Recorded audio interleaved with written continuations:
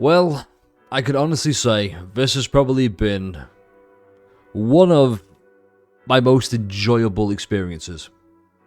And that was, well, this is the end of the ZZZ catch-up marathon that I was doing before. And yes, the playlist is available. I'm going to have a link in the description and everything else. As well as the two previous ones. I've already spoken about Season 1, and I believe Season 1 is probably one of the strongest openings to a gacha. Especially like the 1.0 version. Sorry, the new 1.0 version after 1.4. The old ZZZ, no. The new one, yes. But I want to talk about Season 2. Because Season 2, I said... I'm probably going to pop it up on screen, so feel free to laugh at me about this. I said... It's off to a rough start. It's not going to get better. It's going to be at the same level of... if it all stays like 2.0, it's going to be a bit... eh. However, if we just go over here, it kind of picked up. I'm not going to lie, it did really pick up. Especially near the end.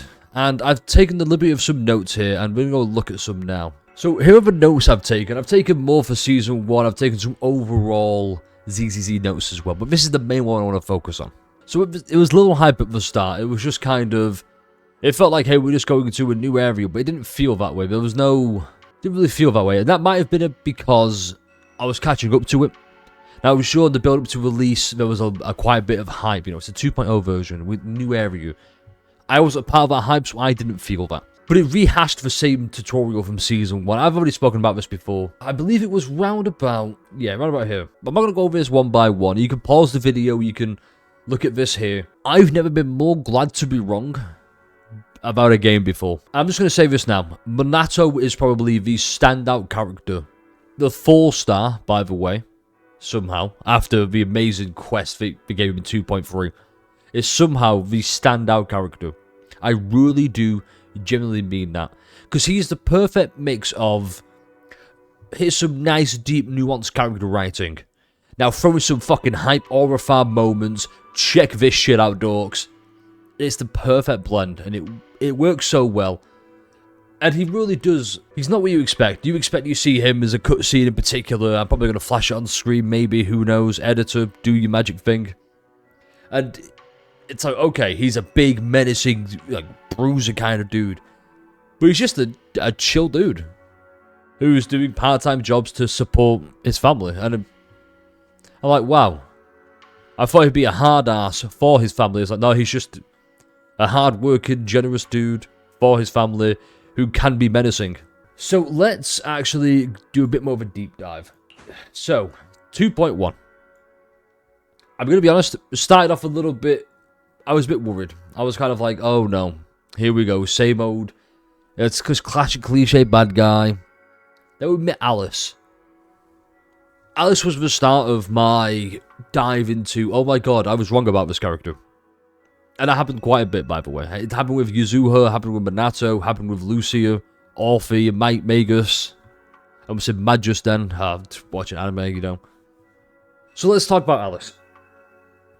I thought, oh, it's going to be a case of the old cliche, rich girl thrust into a world unknown to her, and she's going to look down on everybody and be like, well, I'm clearly better than you because I'm the sophisticated aristocrat kind of thing. No. Immediately sets the tone of, turns out she's a real person with feelings, and she knows she's being used and she's powerless to do anything. And that's why I thought 2.1 was kind of beautiful in that sense of Yuzuha just has her own tragic backstory. I'm not going to get into details like the nitty and gritty. I'm just going to give the basic overview. But she has her own sad backstory, and those are connected. A little bit convenient for my tastes, but I have to preface this as well. What I'm saying now is just my thoughts and opinions. If you disagree with it, that's cool. We can have a nice civilized discussion about what we liked, what we didn't like. There's no point you just saying, oh my god, you're wrong, because what the fuck, grow up. So yeah, let me just preface that now. Anyway, it was roundabout, I think it was here and here. I'm just thinking to myself, okay, I'm invested now, because I can't believe Zenless Zone Zero, of all games, are the ones that fix one of my biggest gripes, to an extent. And that's, it feels like the characters were written as characters first, and then assigned to a character. So like Minato's character could have been a Yuzuha, and Yuzuha's could have been a Minato. It doesn't matter if they're male or female. And I've actually got that written down. Let me see if I can find the exact one. If I've not got it written down, it probably should be here. The characters don't feel like they need the proxy to be characters. Like the friendship between Alice and Yuzuha and Minato. They exist outside the confines of, oh, the proxy's here now we can interact with each other. They, more often than not, we go to meet them and they're already interacting. And it's so nice. Yeah, the mayor. Okay, I want to talk about the mayor. So he was a big case of, I believe it was round about here. I'll bet it, way back in Season 1. Especially Hugo's backstory, the epilogue thing. You get more of the mayor, interact with him a bit more, and you're like, okay. We learn about his motivations. But that's all you learn about him, just the motivations. And you, slowly but surely, you come to realize, okay, he respects the proxies, he wants to help us out with Carolina. He doesn't believe that, you know, she was behind it all solely. And we just get more of that throughout all of this.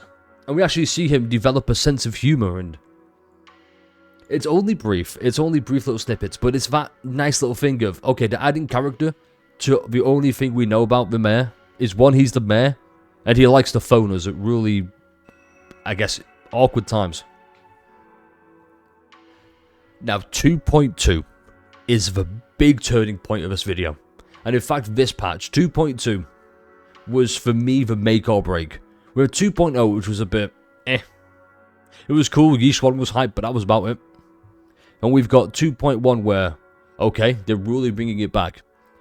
Because I gotta be honest, these streams were quite long, but they didn't feel long.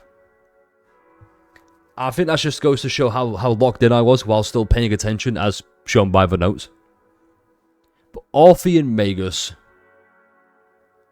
I hate this now, but I'm catching up rather than being a part of it, because I wish I had Orphe and Magus.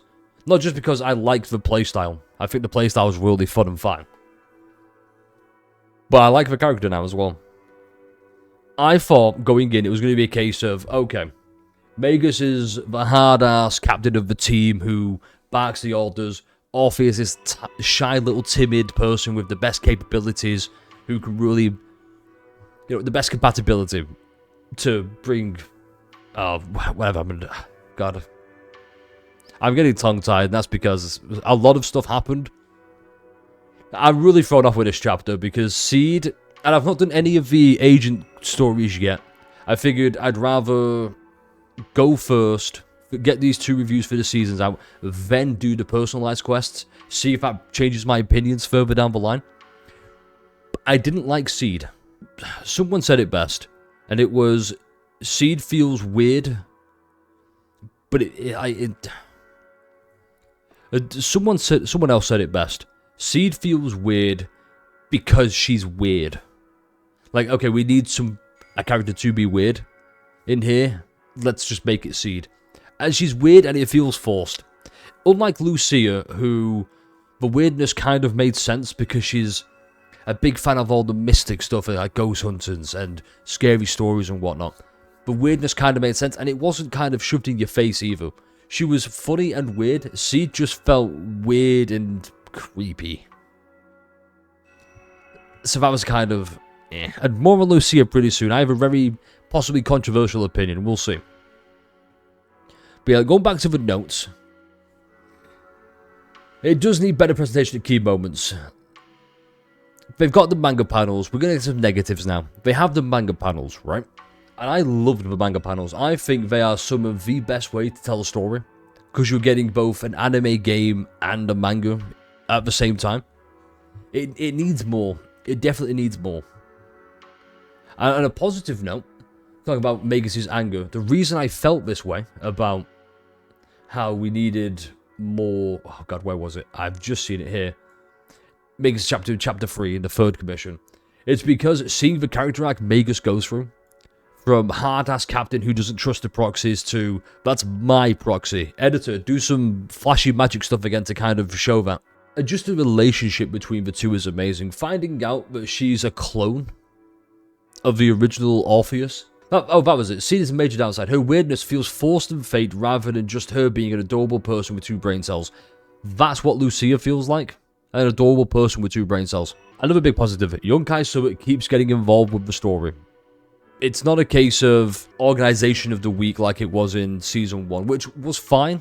That's what it needed to be. But in Chapter 2, it would have sucked if it was just Yunkai Summit. Okay, it's just Wise and Bell, and Yunkai Summit keeps getting involved. And in fact, they bring out more internal or external. Oh god, what's the phrase? You know the one. Like Banyue in 2.3. It's just, we're bringing in more characters and more we can see of Yunkai Summit.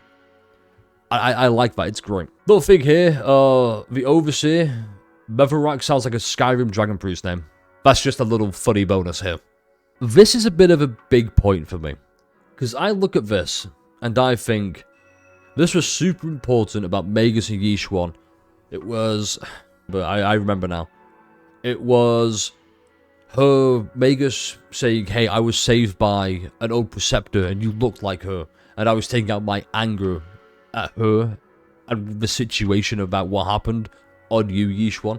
And Yishuan's like, that's totally cool, I forgive you, it's understandable. That should have been like a main story thing, not just an off-the-shoot, silent voice over thing. That was a little bit of a weird one. Actual death. This is big. A character actually died, and not like some random NPC who's just kind of like, oh, he died off-screen.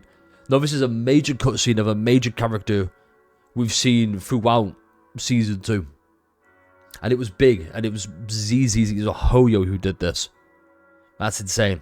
Hoyoverse. Yeah, they've done new things in combat, which I like that. I want to see more of this. In fact, in 2.4, we see a little bit of us playing as Wise. I thought that was cool. And we were escaping somebody. We have to, like... It felt very reminiscent of Resident Evil 2 and 3, where you're being chased by Nemesis or Mr. X. It was cool. Now, the reason I really liked Chapter 3, and I thought Chapter 3 really sold me, was we already had pre-established connections, so we didn't have to be introduced to all these new characters all at once, and the 2 new banner characters, which was Orphe, Magus, and Seed. We already have that connection there.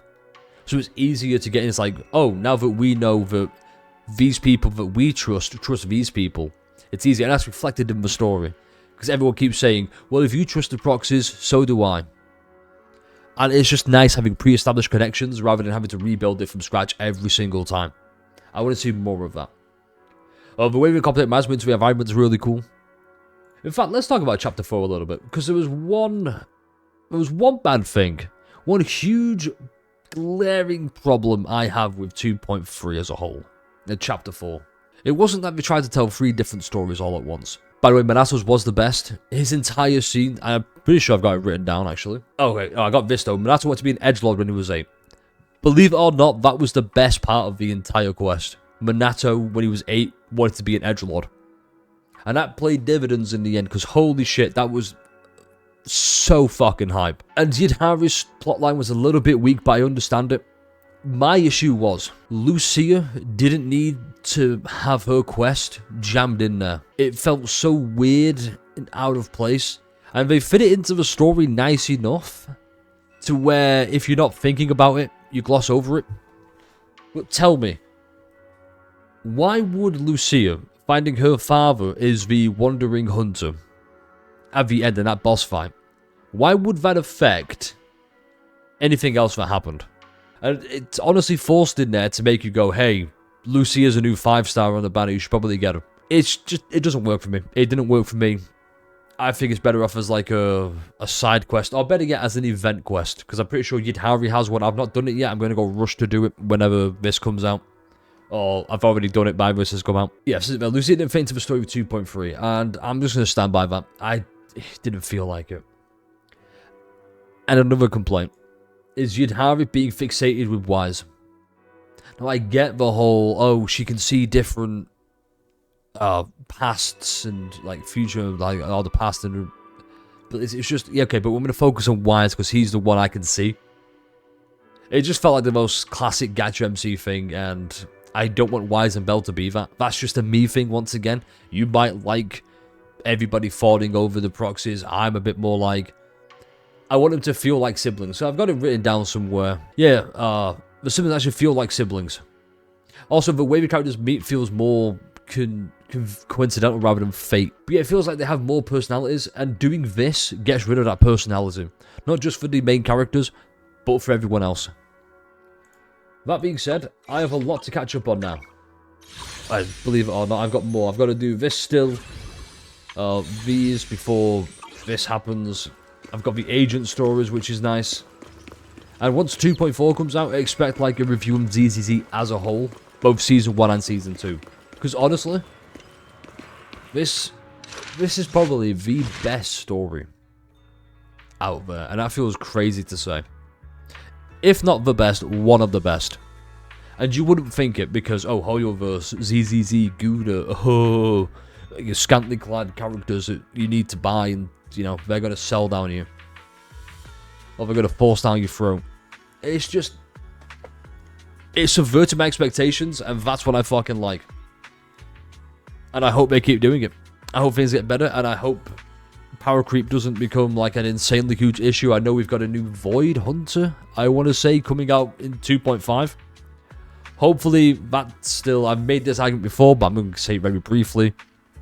Miyabe's here, like Yishwan's here, like, but Miyabe is clearly the best character in ZZZ. Have a character on the same level as Miyabe, but don't raise that ceiling, so there's a clear difference. Just have it where every Void Hunter is just as good as any other Void Hunter, and no other character power creeps a Void Hunter. But that's it. Anyways, that's Season 2 review as a whole. So far, we'll do a Season 2.4 review. That's going to be great. Let me know your thoughts and feelings. Do you enjoy ZZZ? Because honestly, I regret not sticking around more for ZZZ. I really do. This game has been an absolute delight, and I've loved every second of it. Even the boring parts. I say loved. I've enjoyed more or less all of it. And it's just great to see. Anyway, like, comment, subscribe. Let me know your thoughts and how you feel about Zenless Zone Zero, and I guess I'll see you in the future.